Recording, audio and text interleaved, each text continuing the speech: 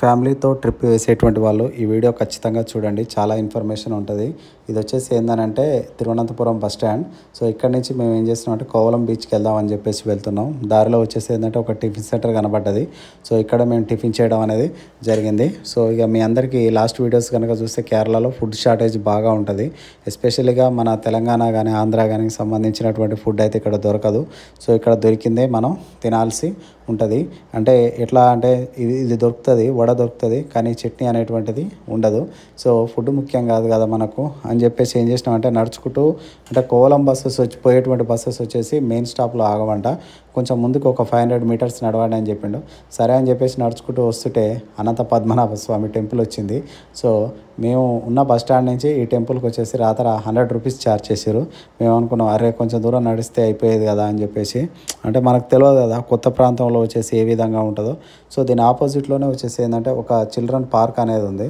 So ఇక్కడ మా పిల్లలు వచ్చేసి ఏంటంటే చూద్దాం అని అంటే మేము ఏం చేసినామంటే ఇక్కడికి తీసుకొని వెళ్ళడం జరిగింది. ఇలా వీళ్ళు పార్క్లో బాగా అటు ఇటు తిరిగారు. అప్పుడే మా బస్సు వచ్చింది. సో ఈ బస్సులో వచ్చేసి ఏంటంటే ఒక స్పెషాలిటీ ఉంది. ఒకసారి మీరు అద్దంలో చూస్తే తెలుస్తుంది. ఈ బస్సును నడిపేటువంటి వాళ్ళు ఎవరు అని అంటే మహిళలు. సో నాకు ఫస్ట్ టైం అనిపించింది కేరళలో వచ్చేసి ఏంటంటే మహిళలు కూడా బస్సు నడుపుతారా అని చెప్పేసి ఫస్ట్ టైం అనిపించింది. ఆమె చాలా సింపుల్గా బస్సు నడుపుకుంటూ ఏం చేసిందంటే వెళ్ళడం అనేది జరిగింది.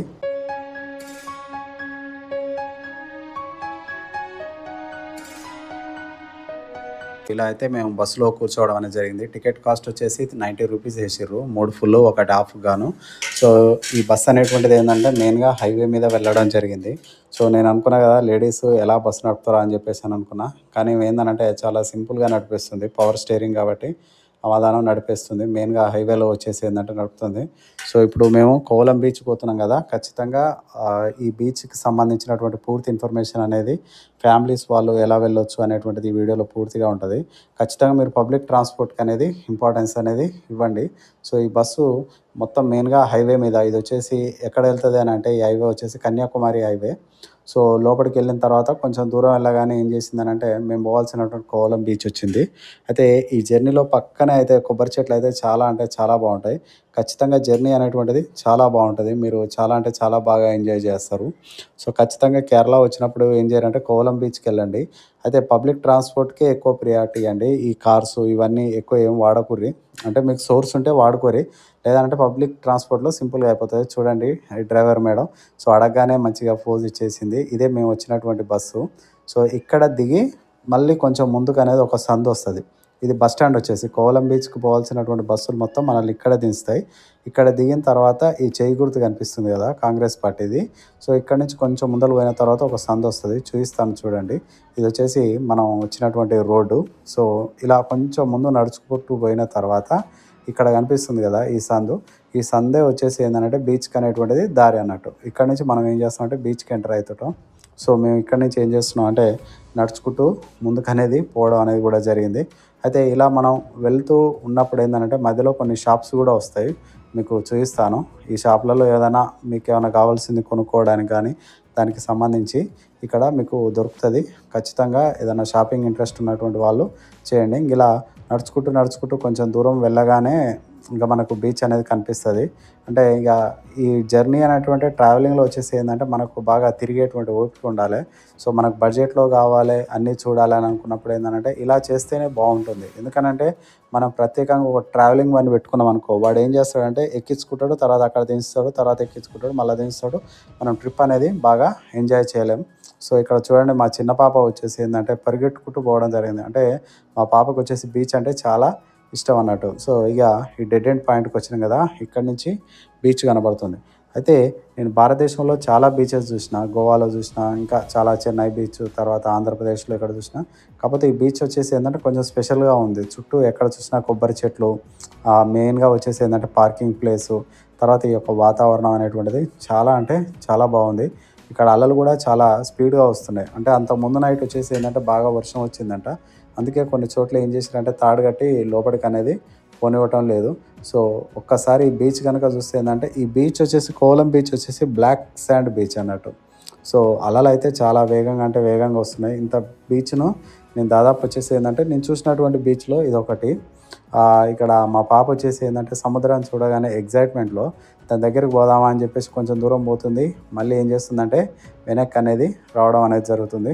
సో, ఈ బీచ్‌లో వచ్చేసి వాళ్ళు ఎలాంటి ఆటలు ఆడిర్రు, ఏ విధంగా టైమ్ స్పెండ్ చేసిర్రు, అంతమందికొచ్చేసి వాళ్ళను ఈ మున్నార్ దిప్పుడు, తిరువనంతపురంలో టెంపుల్స్‌కు అక్కడ దిప్పుడు. సో, ఇక్కడ ఇసుకలో అమ్మాయి ఏం చేస్తుందంటే బాగా రాయడం అనేది ప్రాక్టీస్ చేస్తుంది. ఈ అలలు చూడండి ఎంత స్పీడ్‌గా వస్తున్నాయో. ఒకసారి ఈ బీచ్ యొక్క అందాలు గనక చూస్తే ఏందనంటే మనకు ఎంత టెన్షన్ ఉన్నా పోతది. సో, నేను మా మిసెస్ ఏం చేసినామనంటే నిలబడి ఫోటోలు దిగడం అనేది జరిగింది. ఎందుకనంటే ఒక 10, 20 సంవత్సరాల తర్వాత మనం చూసుకున్నా గానీ మనకంటూ ఒక జ్ఞాపకాలు ఉండాలని చెప్పేసి ఇలా క్రియేట్ చేయడం జరిగింది. అయితే ముఖ్యంగా మా పిల్లలకు బీచ్‌ని చూస్తుంటే చాలా అంటే చాలా ఆనందం కలిగింది. అయితే ఒకసారి మమ్మల్ని తీసుకెళ్ళి నాన్న అని చెప్పేసి అనగానే వాళ్ళిద్దరి చేతులు పట్టుకొని ఈ సముద్రం దగ్గరికి తీసుకెళ్ళడం జరిగింది. ఆ అలలు తాకుతుంటే ఏందనంటే ఏదో ఒక తెలియని అద్భుతమైన స్పర్శ మనకు అనిపించడం అనేది జరిగింది. మాకు అనిపించడం అనేది జరిగింది. సో, ముఖ్యంగా మా చిన్న పాప అయితే నేను సముద్రంలో ఆడుకుంటానని చెప్పింది. సరే అని చెప్పేసి వాళ్ళకు ఆ డ్రెస్ ఏసేసి లోపలికి తీసుకెళ్ళడం అనేది కూడా జరిగింది. ఒక దిక్కు సముద్రపు అలలు అనేటువంటివి చాలా వేగంగా పరిగెత్తుకుంటూ వస్తుంటే ఆ ఎక్స్పీరియన్స్ అనేది ఊహించడం మామూలుగా ఉండదు. చాలా అంటే చాలా బాగుంటుంది పిల్లలు ఆడుకుంటుంటే.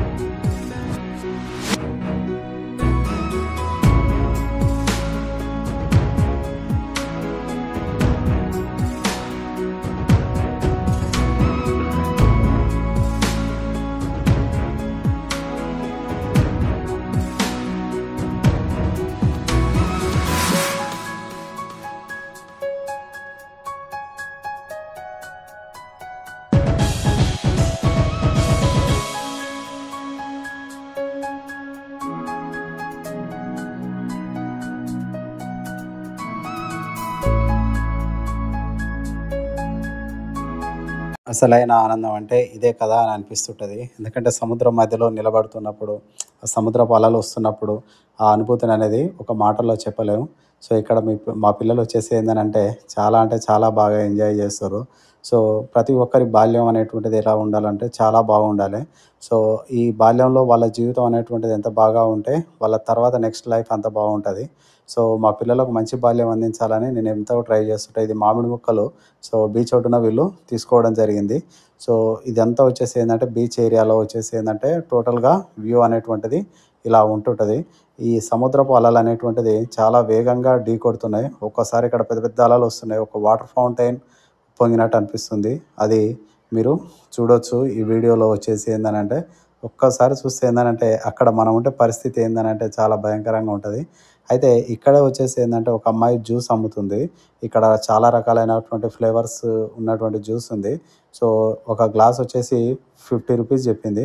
అయితే నేను ఆ అమ్మాయిని అడగగా వచ్చేసి ఏందనంటే 45కి ఇచ్చేసింది. ఒక 20, 30 రూపీస్ 20 రూపీస్ చేస్తా అన్నా అని చెప్పింది. సో, ఇక్కడ మనకు ఏ ఫ్లేవర్ అంటే అది సెలెక్ట్ చేసుకున్న తర్వాత ఆ అమ్మాయి అందులో సోడా పోస్తది ఈ గ్లాస్ లోపల. గ్లాస్ లోపల సోడా పోసి మేమైతే స్ట్రాబెర్రీ సెలెక్ట్ చేసుకున్నాం. సో, తర్వాత మనకు కూడా కొంచెం ఎక్స్‌ట్రా మిగిలినటువంటి సోడా గ్లాస్ అయితే ఏదైతే ఉంటదో మనకే ఇస్తది. సో, ఫస్ట్ అయితే మా మిసెస్ టేస్ట్ చేసింది. ఎలా ఉందని అడిగితే బాగుందని చెప్పింది. తర్వాత వచ్చేసి ఏందంటే నేను టేస్ట్ చేసిన. నేను టేస్ట్ చేసిన తర్వాత కూడా కొంచెం పర్లేదు బానే ఉంది. దాదాపు పెట్టొచ్చు. ఎందుకనంటే బీచ్ ఏరియాలో వచ్చేసి ఏందంటే ఎక్కువ టూరిజం అనేది దేనిపైన డిపెండ్ అయితుంటారు అంటే వీళ్ళందరూ వచ్చేసి ఏందంటే ఈ టూరిస్టులు అయితే ఎవరైతే వస్తారో వాళ్ళపైనే డిపెండ్ అయితుంటారు. సో, కాబట్టి అలాంటి వాళ్ళని కూడా ఆదుకోవాల్సిన అవసరం ఉంది. ఇదంతా వచ్చేసి పార్కింగ్ ఏరియా. ఎవరైతే బీచ్‌ని చూడడానికి వస్తుంటారో వాళ్ళందరూ వాళ్ళ వెహికల్స్ వచ్చేసి ఏం చేస్తారంటే ఇక్కడ పెట్టుకోవడం అనేది జరుగుతది.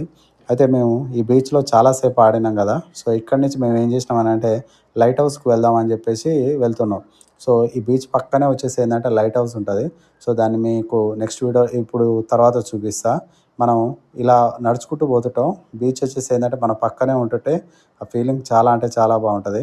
అయితే మనం లైట్ హౌస్కు బీచ్ పక్క పంటి నడిచేటువంటి క్రమంలో రోడ్డు పంట ఏందనంటే ఇలా రకరకాల షాప్స్ అనేటువంటివి కూడా ఉంటుంటాయి. షాపింగ్ చేయొచ్చు.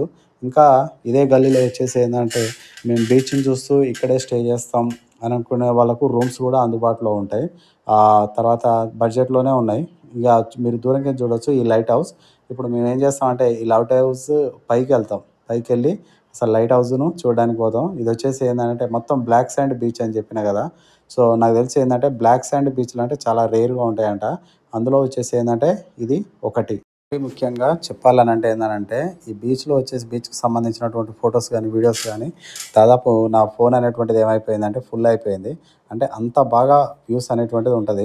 సో ఒకదాన్ని తీసి ఇంకో దాన్ని తీయకపోతే అరే ఇంకా బాగుండు ఇంకా బాగుండే అనేటువంటి ప్లేసెస్ అయితే చాలా అంటే చాలా బాగున్నాయి. సో మేమైతే ఇక్కడ నుంచి లైట్ హౌస్కు నడుచుకుంటూ పోతున్నాం. అంటే దగ్గరే ఉంటుంది కాబట్టి ఏం చేసినాం అంటే వాకబుల్ డిస్టెన్స్ అని చెప్పేసి అన్నారు. దాదాపు ఒక 200 మీటర్స్ ఉంటుంది. ఇలా మేము నడుచుకుంటూ ఈ లైట్ హౌస్కి వెళ్ళడం జరిగింది. ఇది మెయిన్ ఎంట్రన్స్. పెద్దవాళ్ళకి వచ్చేసి ఏంటంటే 20 రూపీస్ ఛార్జ్ చేస్తారు. చిన్నపిల్లలకు వచ్చేసి 15 రూపీస్ ఛార్జ్ చేస్తారు. సో వచ్చేసి ఏంటంటే మేము ఇక్కడ టికెట్స్ అనేది తీసుకోవడం జరిగింది. అయితే ఒకవేళ మీరు మొబైల్ ఫోన్స్ కానీ వీడియోస్ కానీ తీయాలని అనుకో, తర్వాత కెమెరా కానీ ఏమైనా ఉంటే మీరు ఏంటంటే సపరేట్గా టికెట్ తీసుకోవాల్సి ఉంటుంది. అయితే నాకు తెలిసి ఏం టికెట్ ఏం తీసుకోవద్దు. సో ఇక్కడ వచ్చేసి ఏంటంటే లైట్ హౌస్. అయితే మనం వెళ్ళగానే ఇట్లా మనల్ని లైన్లో నిలబెడతారు. తర్వాత మనల్ని ఇలా లోపలికి పంపిస్తారు. తర్వాత వచ్చేసి ఏంటంటే లైట్ హౌస్ పై దాకా వచ్చేసి ఏంటంటే లిఫ్ట్ ఉంటుంది. ఈ లిఫ్ట్లో వచ్చేసి ఏంటంటే మీరు వెళ్ళొచ్చు. సో చాలా అంటే చాలా బాగుంటుంది. ఇప్పుడు కింది నుంచి విజువల్స్ చూసినాం కదా, ఒకసారి పైనుంచి చూస్తే ఏంటంటే నెక్స్ట్ లెవెల్ అనేటువంటిది ఉంటుంది. సో ఒక ఫ్లైట్ ఎక్కినటువంటి ఫీలింగ్ అయితే ఖచ్చితంగా ఉంటుంది. ఈ లైట్ హౌస్ లోపల వచ్చేసి మనల్ని పైకి అనేది తీసుకుపోయిన తర్వాత ఇక్కడ వరకు ఉంటుంది. అయితే మనం ఇక్కడి నుంచి తర్వాత ఏంటంటే ఒక చిన్న మెట్లు ఉంటాయి. అది కొంచెం ఇబ్బందికరంగా ఉంటుంది. ఎవరైతే కొంచెం ముసలోళ్ళు కానీ కాళ్ళ నొప్పులు ఉన్నటువంటి వాళ్ళు స్కిప్ చేయొచ్చు. ఇప్పుడు చూపిస్తా చూడరు అది. సో ఇదే చిన్న మెట్లు ఉంటుంది. ఓన్లీ 1 పర్సన్ మాత్రం పోవడానికి ఉంటుంది. ఇక పైకి ఎక్కిన తర్వాత మామూలుగా ఉండదు. సో ఒకసారి చూడండి ఎంత బాగుందో.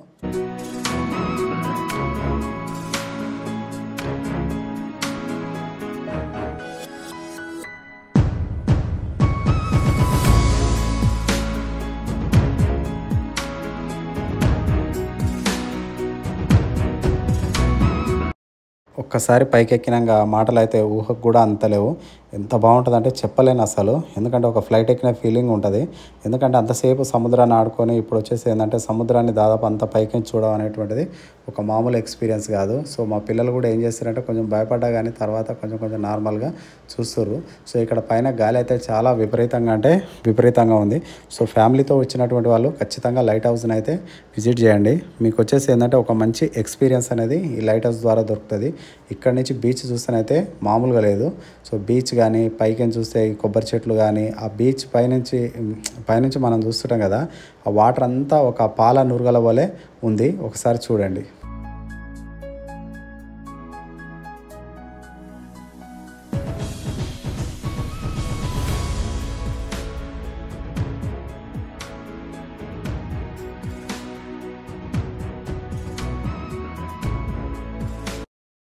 ఇది వచ్చేసి బీచ్ పైనుంచి వ్యూ. ఒకసారి సరిగా చూస్తే ఇక్కడ చూడండి, మనుషులంతా ఒక చిన్న చీమ లెక్క కనిపిస్తారు. అంత పెద్దగా అంటే అంత పెద్దగా ఉంటుంది. సో పైనుంచి చూస్తేనైతే ఒకసారి కళ్ళే తిరుగుతాయి. కొంతమంది చూడాలన్నా కానీ భయపడేటువంటి పరిస్థితి అనేది కూడా ఉంటుంటుంది. సో ఇక మా టైం అయిపోయింది. ఇక మేము ఏం చేసినామంటే కిందికి వస్తున్నాం. ఇక మా తర్వాత లైన్ వాళ్ళు కూడా ఇక్కడ వెయిట్ చేయడం అనేది జరిగింది. అలా మేము ఏం చేసినామంటే ఒక మంచి మధురానుభూతితో వచ్చేసి ఏంటంటే లైట్ హౌస్ పైనుంచి కిందికి దిగడం జరిగింది. ఎప్పుడు సినిమాలలో వచ్చేసి లైట్ హౌస్ అనడం తప్ప ఒకసారి కాకినాడలో దూరంకి చూసినాం. కానీ ఈ కోవలం బీచ్లో వచ్చేసి ఏంటంటే లైట్ హౌస్ పైకి ఎక్కే అవకాశం కూడా దొరికింది. సో మళ్ళీ లిఫ్ట్లో వచ్చేసి ఏం చేస్తున్నాం అంటే మేము కిందికి దిగడం అనేది జరిగింది.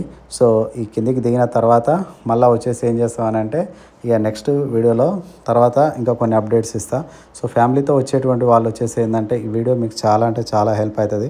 ఫస్ట్ నుంచి లాస్ట్ వరకు చూడండి, ఎక్కువ ఇన్ఫర్మేషన్ అనేది ఉంటుంది. సో ఇక్కడనే వచ్చేసి ఏంటంటే ఒక చిన్న బేకరీ లాంటిది ఉంటుంది. ఇక్కడ టీ కానీ ఎగ్ పఫ్ కానీ సమోసా కానీ ఇవన్నీ కూడా దొరుకుతుంటాయి. సో ఇంకా లైట్ హౌస్ ముందర వచ్చేసి ఒక చిన్న పార్క్ ఉంటుంది. ఇక్కడ ఉయ్యాలలో వచ్చేసి ఫేమస్. మా పాప ఊగుతుంది చూడండి, మా ఇద్దరు పాపలు. ఒక అమ్మాయి జారుబండ జారుతుంది. సో ఇలా సముద్రాన్ని చూస్తూ ఉయ్యాలు ఊగుతుంటే చాలా ఫీలింగ్ మంచిగా ఉంటుంది. సో నేనైతే హ్యాపీగా ఉయ్యాలు ఊగాను. ఎందుకంటే మన జీవితంలో వచ్చేటువంటి టెన్షన్స్ కానీ ఈ ప్రాబ్లమ్స్ కానీ ఫైనాన్షియల్కి సంబంధించి ఇవన్నీ ఉంటుంటాయి. సో అట్లాంటప్పుడు మనకు తెలియనటువంటి ప్రపంచం, మనకు తెలియనటువంటి భాష ఈ ఏరియాలో వచ్చేసి ఏంటంటే ఇలా చిన్నపిల్లలు ఆడుకుంటుంటే ఆ ఫీలింగ్ మామూలుగా ఉండదు. ఇంత ఎంజాయ్ మనం మన ఏరియాలో చేయాలంటే కొంచెం కష్టమైన పనే. ఇలా భార్యాభర్తలు ఇద్దరం ఉయ్యాలు ఊగినాం. సో చాలా అంటే చాలా బాగా అనిపించింది. తర్వాత వచ్చేసి మా పెద్దమ్మాయి తర్వాత వాళ్ళ మమ్మీ ఇద్దరు కలిసి ఊగిరు. సో ఇంకోటి వచ్చేసి ఏంటంటే ఇక్కడ ఒక బండి ఉంది. సో మనం దీనిపైన కూర్చొని తిప్పితే మనం గిర్రు అని తిరగవచ్చు.